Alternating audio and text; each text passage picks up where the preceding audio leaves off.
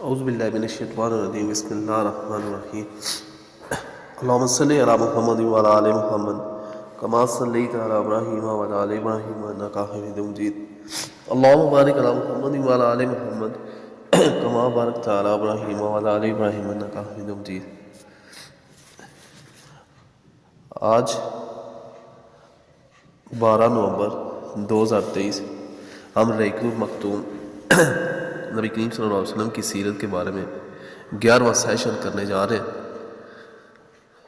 تو اللہ تعالیٰ ہمیں نبی کریم صلی اللہ علیہ وسلم کی سیرت کو سمجھنے اور اس پر پڑھنے اور اس پر عمل کرنے کی توفیق عطا فرمائے۔ میری ہر آدمی سے ریکویسٹ ہے کہ آپ کی زندگی کی مصروفیات بہت زیادہ ہے، لیکن کائنڈلی آپ سے ریکویسٹ ہے کہ ہمارے نبی حضرت محمد صلی اللہ علیہ وسلم کے سیرت کو لازمی پڑھیں۔ ہم اپنی دنیاوی مصروفیات میں اتنا بزی ہیں کہ ہم جو انفارمیشن جو نالج ہمیں ہونا چاہیے وہ ہمیں نہیں ہے۔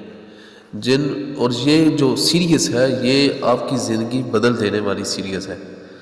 ہم نے پہلے بندے کے پاس ٹائم کی مصروفیات کے ایشوز ہوتے ہیں تو ہم نے یہ آدھے گھنٹے 20 منٹ تک بندہ ایک دن میں 20 منٹ کا ٹائم نکال کے نہ اگر یہ سننا شروع کر دے تو انشاءاللہ آپ جلد ہی یہ ساری ختم کر لیں گے۔ آپ اپنے کام بھی کریں گے، سفر میں کہیں پہ آدھا گھنٹہ یہ آپ سن لیں تو انشاءاللہ آپ کی زندگی میں بہت بڑی چینج آئے گی۔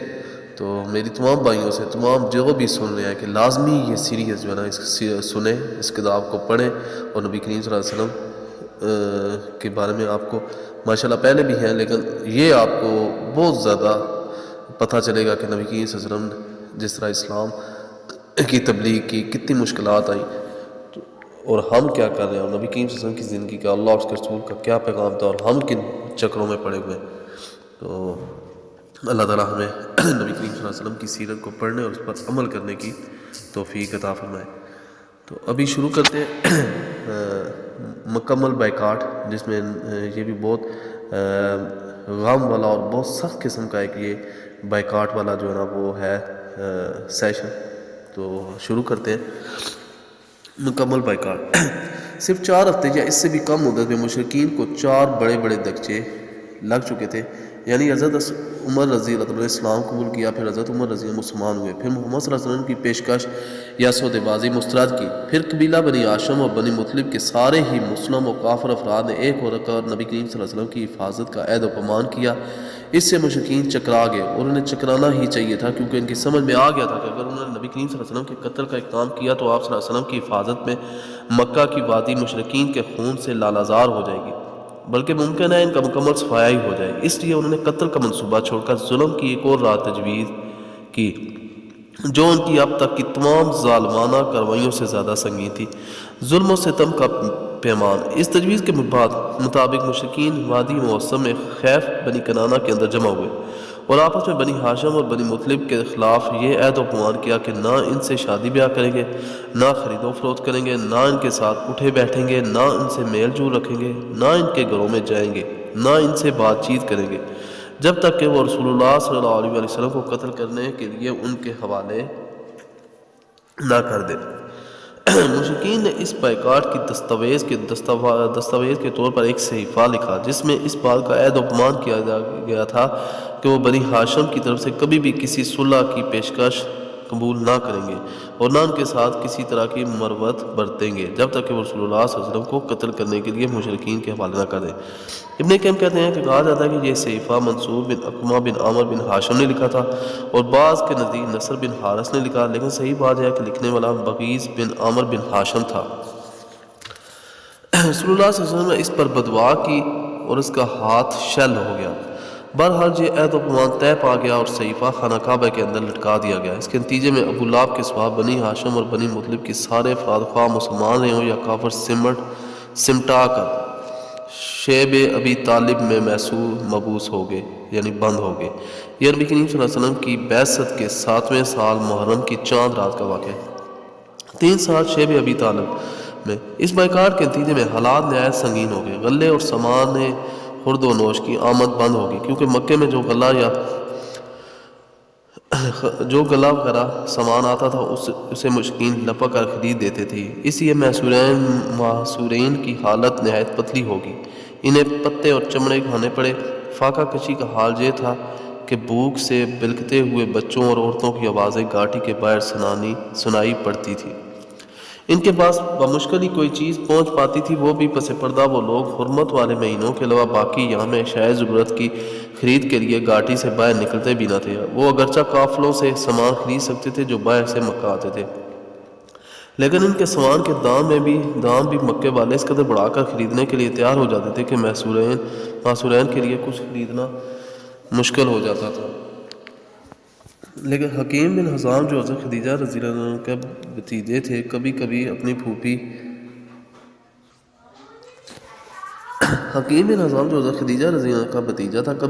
پھوپھی کے لیے گیہوں بھجوا دیتا تھا۔ ایک بار ابو جہل سے سابقہ پڑ گیا، وہ غلہ روکنے پر اڑ گیا، لیکن ابو البختری نے مداخلت کی اور اسے اپنی پھوپھی کے پاس گیہوں بھجوانے دیا۔ ادھر ابو طالب کو رسول اللہ صلی اللہ علیہ وسلم کے بارے میں برابر خطرہ لگا رہتا تھا، اس لیے جب لوگ اپنے اپنے بستروں پر جاتے تو رسول اللہ صلی اللہ علیہ وسلم سے کہتے کہ تم اپنے بستر پر سو رہو۔ مقصد یہ ہوتا کہ اگر کوئی شخص آپ صلی اللہ علیہ وسلم کو قتل کرنے کی نیت رکھتا ہو تو دیکھ لے کہ آپ صلی اللہ علیہ وسلم کہاں سو رہے ہیں۔ پھر جب لوگ سو جاتے تو ابو طالب آپ صلی اللہ علیہ وسلم کی جگہ بدل دیتے، یعنی اپنے بیٹوں، بھائیوں یا بھتیجوں میں سے کسی کو رسول اللہ صلی اللہ علیہ وسلم کے بستر پر سلا دیتے اور رسول اللہ صلی اللہ علیہ وسلم سے کہتے کہ تم اس کے بستر پر چلے جاؤ۔ اس محصوری کے باوجود یعنی قید کے باوجود رسول اللہ صلی اللہ علیہ وسلم اور دوسرے مسلمان حج کے ایام میں باہر نکلتے تھے اور حج کے لیے آنے والوں سے مل کر انہیں اسلام کی دعوت دیتے تھے۔ اس موقع پر ابو لہب کی جو حرکت ہوا کرتی تھی اس کا ذکر پچھلے صفحات میں آ چکا ہے۔ صحیفہ چاک کیا جاتا ہے۔ ان حالات میں پورے 3 سال گزر گئے۔ اس کے بعد محرم 10 ہجری میں صحیفہ چاک کیے جانے اور اس ظالمانہ عہد و پیمان کو ختم کیے جانے کا واقعہ پیش آیا۔ اس کی وجہ یہ تھی کہ شروع ہی سے قریش کے کچھ لوگ اگر اس عہد و پیمان سے راضی تھے تو کچھ ناراض بھی تھے، اور ان ہی ناراض لوگوں نے اس صحیفے کو چاک کرنے کی تگ و دور کی۔ اس کا اصل محرک قبیلہ بنو عامر بن لوئی کا حشام بن عمرو نامی ایک شخص تھا، جو رات کی تاریکی میں چپکے شیب ابی طالب کے اندر غلہ بھیج کر بنو ہاشم کی مدد بھی کیا کرتا تھا۔ یہ زید بن ابی امیہ مخزومی کے پاس پہنچا۔ زید کی ماں عاتکہ عبد المطلب کی صاحبزادی یعنی ابو طالب کی بہن تھی، اور اس سے کہا کہ زہیر، کیا تمہیں یہ گوارا ہے کہ تم تو مزے سے کھاؤ پیو، تمہارے ماموں کا وہ حال ہے جسے تم جانتے ہو؟ زہیر نے کہا، افسوس، میں تنہا کیا کر سکتا ہوں، ہاں اگر میرے ساتھ کوئی اور آدمی ہوتا تو میں اس صحیفے کو پھاڑنے کے لیے یقیناً اٹھ پڑتا۔ اس نے کہا، اچھا تو ایک آدمی اور موجود ہے؟ پوچھا، کون ہے؟ کہا، میں ہوں۔ زہیر نے کہا، اچھا تو آپ تیسرا آدمی تلاش کرو۔ اس پر حشام مطعم بن عدی کے پاس گیا اور بنو ہاشم اور بنو مطلب سے، جو کہ عبد مناف کی اولاد تھے، مطعم کے قریبی نسبی تعلق کا ذکر کر کے اسے ملامت کی کہ اس نے اس ظلم پر قریش کی ہم نوائی کیوں کر کی۔ یاد ہے کہ مطعم بھی عبد المناف ہی کی نسل سے تھا۔ مطعم نے کہا کہ افسوس، میں تنہا کیا کر سکتا ہوں۔ حشام نے کہا، ایک آدمی اور موجود ہے۔ مطعم نے پوچھا، وہ کون ہے؟ حشام نے کہا، میں۔ مطعم نے کہا، اچھا ایک تیسرا آدمی تلاش کرو۔ حشام نے کہا، یہ بھی کر چکا ہوں۔ پوچھا، وہ کون ہے؟ کہا، زہیر بن ابی امیہ۔ مطعم نے کہا، اچھا تو آپ چوتھا آدمی تلاش کرو۔ اس پر حشام بن عمرو ابو البختری بن حشام کے پاس گیا، اس سے بھی اس طرح کی گفتگو کی جیسی معتم سے کی۔ اس نے کہا، بھلا کوئی اس کی تائید بھی کرنے والا ہے؟ حشام نے کہا، ہاں۔ پوچھا، کون؟ کہا، زہیر بن ابی امیہ، معتم بن عدی اور میں۔ اس نے کہا، اچھا تو آپ پانچواں آدمی ڈھونڈو۔ اس کے لیے حشام سما بن اسود بن مطلب بن اسد کے پاس گیا اور اس سے گفتگو کرتے ہوئے بنو ہاشم کی قرابت اور ان کے حقوق یاد دلائے۔ اس نے کہا، بھلا جس کام کے لیے مجھے بلا رہے ہو اس سے کوئی اور بھی متفق ہے؟ حشام نے اس بات میں جواب دیا اور سب کے نام بتائے۔ اس کے بعد ان لوگوں نے ہجون کے پاس جمع ہو کر آپس میں یہ عہد و پیمان کیا کہ ایک صحیفہ چاک کرنا ہے۔ زہیر نے کہا، میں ابتدا کروں گا، یعنی سب سے پہلے میں ہی زبان کھولوں گا۔ صبح ہی تو سب لوگ حسب معمول اپنی اپنی محفلوں میں پہنچے۔ زہیر بھی ایک جوڑا زیب تن کیے ہوئے پہنچا۔ پہلے بیت اللہ کے ساتھ چکر گئے، پھر لوگوں سے مخاطب ہو کر بولا، مکے والوں، کیا ہم کھانا کھائیں، کپڑے پہنے، بنو ہاشم تباہ و برباد ہو، نہ ان کے ہاتھ کچھ بیچا جائے نہ ان سے کچھ خریدا جائے؟ خدا کی قسم میں بیٹھ نہیں سکتا یہاں تک کہ اس ظالمانہ اور قرابت شکن صحیفے کو چاک کر دیا جائے۔ ابو جہل جو مسجد کے ایک گوشے میں موجود تھا بولا، تم غلط کہتے ہو، خدا کی قسم اسے پھاڑا نہیں جا سکتا۔ اس پر زمہ بن اسود نے کہا، با خدا تم زیادہ غلط کہتے ہو، جب یہ صحیفہ لکھا گیا تھا تب بھی ہم اس سے راضی نہ تھے۔ اس پر ابو البختری نے گرہ لگائی، زمہ ٹھیک کہہ رہا ہے، اس میں جو کچھ لکھا گیا ہے اس سے نہ ہم راضی ہیں نہ اسے ماننے کو تیار ہیں۔ اس کے بعد مطعم بن عدی نے کہا، تم دونوں ٹھیک کہتے ہو اور جو اس کے خلاف کہتا ہے غلط کہتا ہے۔ ہم اس صحیفے سے اور اس میں جو کچھ لکھا ہوا ہے اس سے اللہ کے رسول برات کا اظہار کرتے ہیں۔ پھر اشام بن عمرو نے بھی اسی طرح کی بات کی. یہ ماجرا دیکھا ابو جہل نے کہا ہاں یہ بات رات میں طے کی گئی ہے اور اس کا مشورہ یہاں کے بجائے کہیں اور کیا گیا ہے. اس دوران ابو طالب بھی حرم پاک کے گوشے میں موجود تھے. ان کے آنے کی وجہ یہ تھی کہ اللہ تعالیٰ نے رسول اللہ صلی اللہ علیہ وسلم کو اس صحیفے کے بارے میں یہ خبر دی تھی کہ اس پر اللہ تعالیٰ نے کیڑے بھیج دیے ہیں جنہوں نے ظلم و ستم اور قرابت شکنی کی ساری باتیں چٹ کر دی ہیں اور صرف اللہ عز و جل کا ذکر باقی چھوڑا ہے. پھر نبی کریم صلی اللہ علیہ وسلم نے اپنے چچا کو یہ بات بتائی تو وہ قریش سے کہنے آئے تھے کہ ان کے بھتیجے نے انہیں یہ خبر دی ہے اگر وہ جھوٹا ثابت ہوا تو ہم تمہارے اور اس کے درمیان سے ہٹ جائیں گے اور تمہارا جو چیز چاہے کرنا، لیکن اگر وہ سچا ثابت ہوا تو تمہیں ہمارے بائیکاٹ اور ظلم سے باز آنا ہوگا. جب قریش کو یہ بتایا گیا تو انہوں نے کہا آپ انصاف کی بات کہہ رہے ہیں. ادھر ابو جہل اور باقی لوگوں کی نوک جونک ختم ہوئی تو معتم بن عدی صحیفہ چاک کرنے کے لیے اٹھا. کیا دیکھتا ہے کہ واقعی کیڑوں نے اس کا صفایا کر دیا، صرف بسمک اللہم باقی رہ گیا اور جہاں جہاں اللہ کا نام تھا وہ بچا ہے یا کیڑوں نے اسے نہیں کھایا تھا. اس کے بعد صحیفہ چاک ہو گیا. رسول اللہ صلی اللہ علیہ وسلم بقیہ تمام آزاد شیب ابی طالب سے نکل آئے. مشرکین نے آپ صلی اللہ علیہ وسلم کی نبوت کی ایک اور عظیم الشان نشانی دیکھی لیکن ان کا رویہ وہی رہا جس کا ذکر اس آیت میں ہے. وہیں بسم اللہ الرحمن الرحیم وہیں یروا آیاتٍ یورزوا ویقولوا سحر مستمر. اگر وہ کوئی نشانی دیکھتے ہیں تو رخ پھیر لیتے ہیں اور کہتے ہیں یہ تو چلتا پھرتا جادو ہے. چنانچہ مشرکین نے اس نشانی سے بھی رخ پھیر لیا اور اپنے کفر کی راہ میں چند قدم اور آگے بڑھ گئے. ابو طالب کی خدمت میں قریش کا آخری وفد. رسول اللہ صلی اللہ علیہ وسلم نے شیب ابی طالب سے نکلنے کے بعد پھر حسب معمول دعوت و تبلیغ کا کام شروع کر دیا. اور اب مشرکین نے اگرچہ بائیکاٹ ختم کر دیا تھا لیکن وہ بھی حسب معمول مسلمانوں پر دباؤ ڈالنے اور اللہ کی راہ سے روکنے کا سلسلہ جاری رکھے ہوئے تھے. اور جہاں تک ابو طالب کا تعلق ہے تو وہ بھی اپنی دیرینہ روایت کے مطابق پوری جان سپاری کے ساتھ اپنے بھتیجے کی حمایت و حفاظت میں لگے ہوئے تھے. لیکن اب ان کی عمر 80 سال ہو چکی تھی. کئی سال پہ درپے سنگین علام و حادث اور خصوصاً میسوری نے انہیں توڑ کر رکھ دیا تھا. ان کے اعضاء مزمر ہو گئے تھے اور کمر ٹوٹ چکی تھی، یعنی ان کے اعضاء کمزور ہو گئے تھے اور کمر ٹوٹ چکی تھی. چنانچہ گھاٹی سے نکلنے کے بعد چند ہی مہینے گزرے تھے کہ انہیں سخت بیماری نے آن پکڑا. اس موقع پر مشرکین نے سوچا کہ اگر ابو طالب کا انتقال ہو گیا اور اس کے بعد ہم نے اس کے بھتیجے پر کوئی زیادتی کی تو بڑی بدنامی ہوگی، اس لیے ابو طالب کے سامنے نبی کریم صلی اللہ علیہ وسلم سے کوئی معاملہ طے کر لینا چاہیے. اس سلسلے میں وہ بعض ایسی رعایتیں بھی دینے کے لیے تیار ہو گئے جس پر اب تک راضی نہ تھے. چنانچہ ان کا ایک اور وفد ابو طالب کی خدمت میں حاضر ہوا اور یہ ان کا آخری وفد تھا. ابن اسحاق وغیرہ کا بیان ہے کہ جب ابو طالب بیمار پڑ گئے اور قریش کو معلوم ہوا کہ ان کی حالت غیر ہوتی جا رہی ہے تو انہوں نے آپس میں کہا کہ دیکھو حمزہ رضی اللہ عنہ و عمر رضی اللہ عنہ مسلمان ہو چکے ہیں اور محمد صلی اللہ علیہ وسلم کا دین قریش کے ہر قبیلے میں پھیل چکا ہے، اس لیے چلو ابو طالب کے پاس چلیں کہ وہ اپنے بھتیجے کو کسی بات کا پابند کرے اور ہم سے بھی اس کے متعلق عہد لے لیں، کیونکہ واللہ ہمیں اندیشہ ہے لوگ اس کی وفات کے بعد ہمارے قابو میں نہ رہیں گے. ایک روایت یہ ہے کہ ہمیں اندیشہ ہے کہ یہ بوڑھا مر گیا اور محمد صلی اللہ علیہ وسلم کے ساتھ کوئی گڑبڑ ہوگی تو عرب ہمیں تانا دیں گے، کہیں گے کہ انہوں نے محمد صلی اللہ علیہ وسلم کو چھوڑے رکھا اور اس کے خلاف کچھ کرنے کی ہمت نہ کی، لیکن جب اس کا چچا مر گیا تو اس پر چڑھ دوڑے. بہرحال قریش کا یہ وفد ابو طالب کے پاس پہنچا اور ان سے گفت و شنید کی. وفد کے ارکان قریش کے معزز ترین افراد تھے، یعنی عتبہ بن ربیعہ، شیبہ بن ربیعہ، ابو جہل بن ہشام، امیہ بن خلف، ابو سفیان بن حرب اور دیگر اشراف قریش جن کی کل تعداد تقریباً 25 تھی. انہوں نے کہا ہے ابو طالب ہمارے درمیان آپ کا جو مرتبہ و مقام ہے اسے آپ بخوبی جانتے ہیں اور اب آپ جس حالت سے گزر رہے ہیں وہ بھی آپ کے سامنے ہے. ہمیں اندیشہ ہے کہ یہ آپ کے آخری ایام ہے. ادھر ہمارے اور آپ کے بھتیجے کے درمیان جو معاملہ چل رہا ہے اس سے بھی آپ واقف ہیں. ہم چاہتے ہیں کہ آپ انہیں بلائیں اور ان کے بارے میں ہم سے کچھ عہد و پیمان لیں اور ہمارے بارے میں ان سے عہد و پیمان لیں، یعنی وہ ہم سے دستکش رہیں اور ہم ان سے، یعنی وہ ہم سے دور رہیں اور ہم ان سے دور رہیں. وہ ہم کو ہمارے دین پر چھوڑ دیں اور ہم ان کو ان کے دین پر چھوڑ دیں. اس پر ابو طالب نے آپ صلی اللہ علیہ وسلم کو بلوایا اور آپ صلی اللہ علیہ وسلم تشریف لائے تو کہا بھتیجے یہ تمہاری قوم کے معزز لوگ ہیں، تمہارے ہی لیے جمع ہوئے ہیں، یہ چاہتے ہیں کہ تمہیں کچھ عہد و پیمان دے دیں اور تم بھی انہیں کچھ عہد و پیمان دے دو. اس کے بعد ابو طالب نے ان کی یہ پیشکش ذکر کی کہ کوئی بھی فریق دوسرے سے تعارض نہ کرے.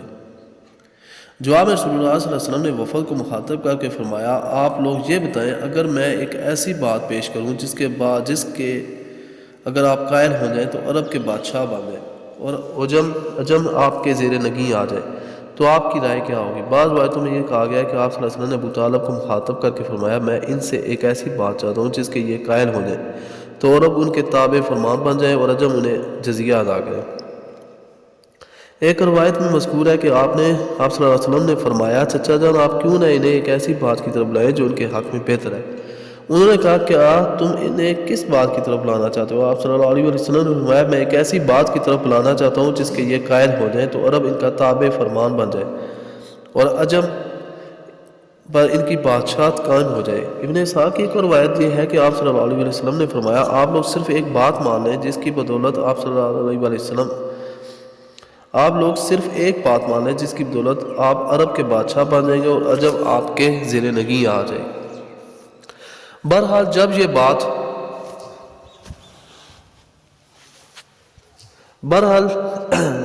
بات آپ نے کہی آپ صلی اللہ علیہ وسلم نے کہی تو وہ لوگ کس قدر توقف میں پڑ گئے، مشکل میں پڑ گئے اور سٹ پٹا سے گئے۔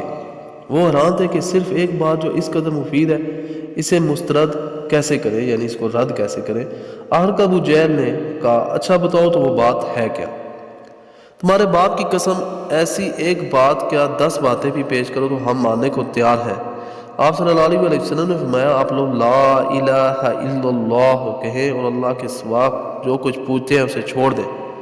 اس پر انہوں نے ہاتھ پیٹ کر اور تالیاں بجا کر کہا محمد صلی اللہ علیہ وسلم تم یہ چاہتے ہو کہ سارے خداؤں کی جگہ بس ایک ہی خدا بنا ڈالو؟ واقعی تمہارا معاملہ عجیب ہے۔ پھر آپس میں ایک دوسرے سے بولے خدا کی قسم یہ شخص تمہاری کوئی بات ماننے کو تیار نہیں، لہذا چلو اپنے اباء و اجداد کے دین پر ڈٹ جاؤ یہاں تک کہ اللہ ہمارے اور اس شخص کے درمیان فیصلہ فرما دے۔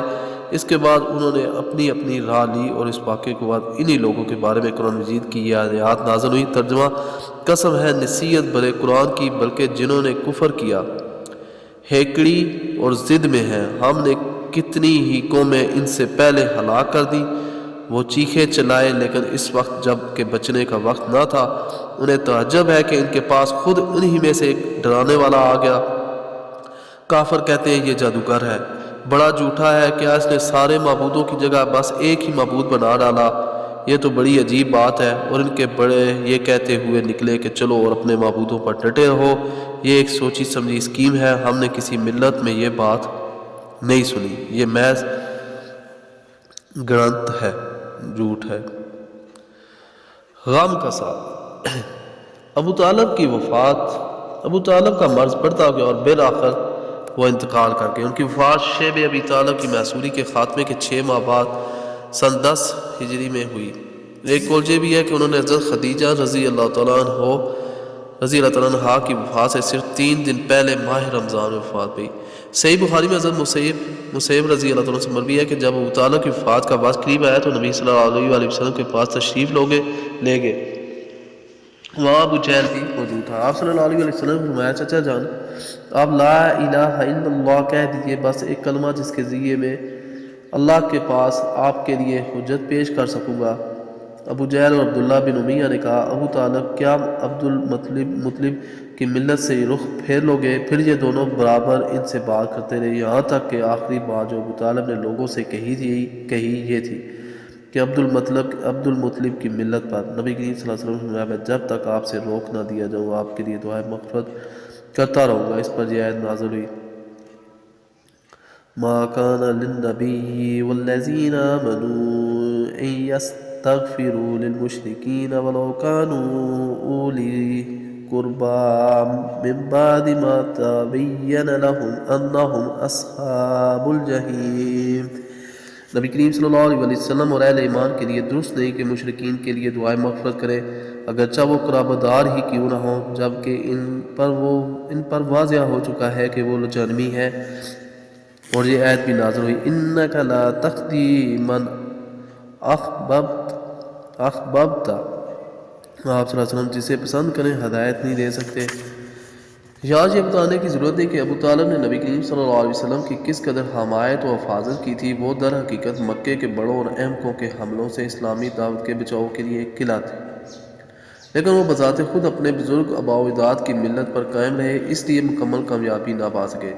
چنانچہ صحیح بخاری میں حضرت عباس بن عبد المطلب رضی اللہ عنہ سے مروی ہے کہ انہوں نے نبی کریم صلی اللہ علیہ وسلم سے دراز کیا، آپ صلی اللہ علیہ وسلم اپنے چچا کے کیا کام آ سکے، کیونکہ وہ آپ صلی اللہ علیہ وسلم کی حفاظت کرتے تھے اور آپ کے لیے دوسروں پر بگڑتے اور ان سے لڑائی مول لیتے تھے۔ آپ صلی اللہ علیہ وسلم نے فرمایا وہ جہنم کی ایک چھچلی جگہ میں ہے، اگر میں نہ ہوتا تو وہ جہنم کے سب سے گہرے کھڈ میں ہوتے، یعنی گہری کھائی میں ہوتے۔ ابو سعید خدری رضی اللہ عنہ کا بیان ہے کہ ایک بار نبی کریم صلی اللہ علیہ وسلم کے پاس آپ کے چچا کا تذکرہ ہوا تو آپ صلی اللہ علیہ وسلم نے فرمایا ممکن ہے قیامت کے دن انہیں میری شفاعت فائدہ پہنچا دے اور انہیں جہنم کی ایک کم گہری جگہ میں رکھ دیا جائے کہ آگ صرف ان کے دونوں ٹخنوں تک پہنچ سکے۔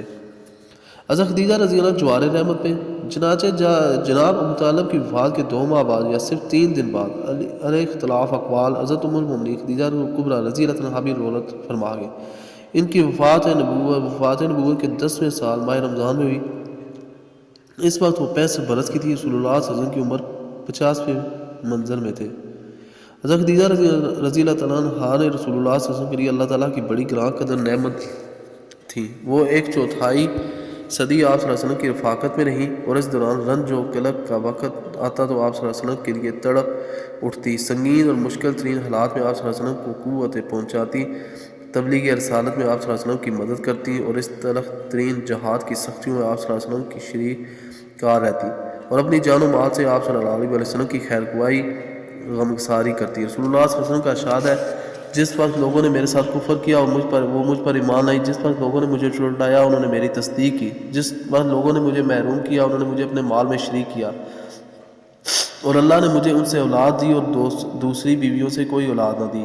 صحیح بخاری میں حضرت ابو ہریرہ رضی اللہ عنہ سے مروی ہے کہ حضرت جبرائیل علیہ السلام نبی کریم صلی اللہ علیہ وسلم کے پاس تشریف لائے، فرمایا اللہ کے رسول صلی اللہ علیہ وسلم ایک خدیجہ رضی اللہ عنہا تشریف لا رہی ہے، ان کے پاس ایک برتن ہے جس میں سالن یا کھانا یا کوئی مشروب ہے۔ جب وہ آپ صلی اللہ علیہ وسلم کے پاس آ پہنچی تو آپ صلی اللہ علیہ وسلم انہیں ان کے رب کی طرف سلام کہیں اور جنت میں موتی کے ایک محل کی بشارت ہے جس میں نہ شور و شغب ہوگا نہ درماندگی و تکان، غم ہی غم۔ یہ دونوں علم انگیز حادثے صرف چند دنوں کے دوران پیش آئے جس سے نبی کریم صلی اللہ علیہ وسلم کے دل میں غم و علم کے احساسات موجزن ہو گئے اور اس کے بعد قوم کی طرف سے بھی مصائب کا تومار بن گیا، کیونکہ ابو طالب کی وفات کے بعد ان کی جسارت بڑھ گئی اور کھل کر آپ صلی اللہ علیہ وسلم کو اذیت اور تکلیف پہنچانے لگے۔ اس کیفیت نے آپ صلی اللہ علیہ وسلم کے غم و علم میں اور اضافہ کر دیا۔ آپ صلی اللہ علیہ وسلم نے ان سے مایوس ہو کر طائف کی راہ لی کہ ممکن ہے وہاں لوگ آپ صلی اللہ علیہ وسلم کی دعوت قبول کر لیں، آپ صلی اللہ علیہ وسلم کو پناہ دے دیں اور آپ صلی اللہ علیہ وسلم کی قوم کے خلاف آپ صلی اللہ علیہ وسلم کی مدد کریں، لیکن وہاں نہ کوئی پناہ گندہ ملا نہ مددگار، بلکہ الٹے انہوں نے سخت اذیت پہنچائی اور ایسی بدسلوکی کہ خود آپ صلی اللہ علیہ وسلم کی قوم سے ویسی بدسلوکی کی نہ تھی۔ تفصیل یہاں اس بات کا آدھا بے محل نہ ہوگا کہ اہل مکہ نے جس طرح نبی کریم صلی اللہ علیہ وسلم کے خلاف ظلم و جور کا بازار گرم کر رکھا تھا، اسی طرح وہ آپ صلی اللہ علیہ وسلم کے رکاع کے خلاف اس ستم رانی کا سلسلہ جاری رکھے ہوئے تھے۔ چنانچہ آپ صلی اللہ علیہ وسلم کے ہمدان و ہم راز ابو بکر صدیق رضی اللہ عنہ مکہ چھوڑنے پر مجبور ہو گئے اور ابشا کے ارادے سے تن بتقدیر نکل پڑے، لیکن برق غماد پہنچے تو ابن دغنہ سے ملاقات ہوگی، وہ اپنی پناہ میں آپ صلی اللہ علیہ وسلم آپ رضی اللہ عنہ کو مکہ واپس لے آئے۔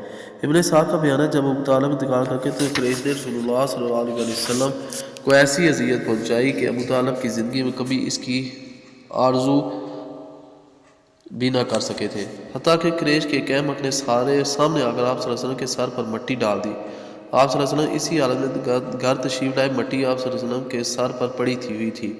آپ صلی اللہ علیہ وسلم کی ایک صحابی نے اٹھ کر مٹی دھوئی، وہ دھوتے ہوئے روتی جا رہی تھی۔ رسول اللہ صلی اللہ علیہ وسلم انہیں تسلی دیتے ہوئے فرماتے جا رہے تھے بیٹی رو نہیں، اللہ تمہارے ابا کی حفاظت کرے گا۔ اس دوران آپ صلی اللہ علیہ وسلم یہ بھی فرماتے جا رہے تھے کہ قریش نے میرے ساتھ کوئی ایسی بدسلوکی نہ کی جو مجھے ناگوار گزری ہو، یہاں تک کہ ابو طالب کا انتقال ہو گیا۔ اس طرح کے پے در پہ علام و مصائب کی بنا پر رسول اللہ صلی اللہ علیہ وسلم نے اس سال کا نام عام الحزن یعنی غم کا سال رکھ دیا اور یہ سال اسی نام سے تاریخ میں مشہور ہو گیا۔ حضرت سودا رضی اللہ عنہ سے شادی اسی سال 10 ہجری نبوت میں رسول اللہ صلی اللہ علیہ وسلم نے حضرت سودا بنت زمعہ رضی اللہ عنہا سے شادی کی۔ یہ ابتدائی دور میں مسلمان ہو گئی تھی اور دوسری ہجرت ابشا کے موقع پر ہجرت بھی کی تھی۔ ان کے شوہر کا نام سکران بن عمرو رضی اللہ عنہ تھا، وہ بھی قدیم الاسلام تھے۔ حضرت سودا رضی اللہ تعالیٰ عنہ نے انہی کی رفاقت میں ابشا کی جانب ہجرت کی تھی، لیکن وہ ابشا ہی میں، اور کہا جاتا ہے کہ مکہ واپس آ کر انتقال کر گئے۔ اس کے بعد جب حضرت سودا رضی اللہ تعالیٰ عنہ کی عدت ختم ہوگی تو نبی کریم صلی اللہ علیہ وسلم نے ان کو شادی کا پیغام دیا اور پھر شادی ہوگی۔ یہ حضرت خدیجہ رضی اللہ عنہا کی وفات کے بعد پہلی بیوی ہے جن سے رسول اللہ صلی اللہ علیہ وسلم نے شادی کی۔ چند برس بعد انہوں نے اپنی باری حضرت عائشہ رضی اللہ عنہا کو ہبہ کر دی تھی۔ یہ ہمارا الحمدللہ 11واں سیشن کمپلیٹ ہو گیا۔ 12ویں سیشن میں اب انشاءاللہ ابتدائی مسلمانوں کا صبر و ثبات اور اس کے اسباب و عوامل، بہت ہی اچھا ٹاپک ہے۔ اس میں بھی بہت زیادہ تکلیف ہے، نبی کریم صلی اللہ علیہ وسلم کی تکلیف و پریشانی ہے۔ تو اللہ تعالیٰ ہمیں بھی نبی کریم صلی اللہ علیہ وآلہ وسلم کی سیرت پر عمل کرنے کی توفیق عطا فرمائے۔ جو پڑھا سنا اس میں غلطی کوتاہی ہوگی اس کو اللہ تعالیٰ معاف فرمائے۔ اللہ تعالیٰ تمام بیماروں کو شفائے کاملہ عاجلہ عطا فرمائے، اور جو پریشان حال ہیں اللہ تعالیٰ ان کی پریشانیوں کو خوشیوں میں بدل دے۔ ہمارے والدین عزیز و اقارب اور تمام اہل اسلام جو اس دنیا سے جا